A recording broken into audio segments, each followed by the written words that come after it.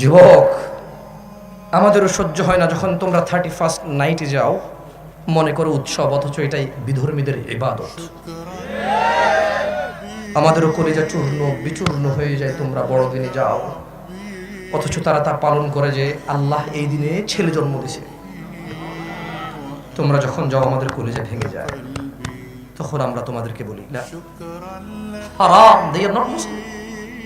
তারা কিভাবে মুসলমান হতে পারে? একজন আনন্দ করছে যে আল্লাহ ছেলে জন্ম দিয়েছে, সেই আনন্দে সে আনন্দিত হচ্ছে, গান বাজাচ্ছে, মদ খাচ্ছে, ফুল দিচ্ছে, অনুষ্ঠান করছে, কেক কাটছে, নতুন জামা কাপড় পরিধান করছে। আর তুমি বলছো যে লাম ইয়ালিদ, তিনি জন্ম দেয়নি, ওয়ালাম ইউলাদ, তিনি জন্ম নেয়নি। এই কথা বলার পরে তুমি উৎসব করতে গেলে আল্লাহর সন্তান হয়েছে এই উৎসবে।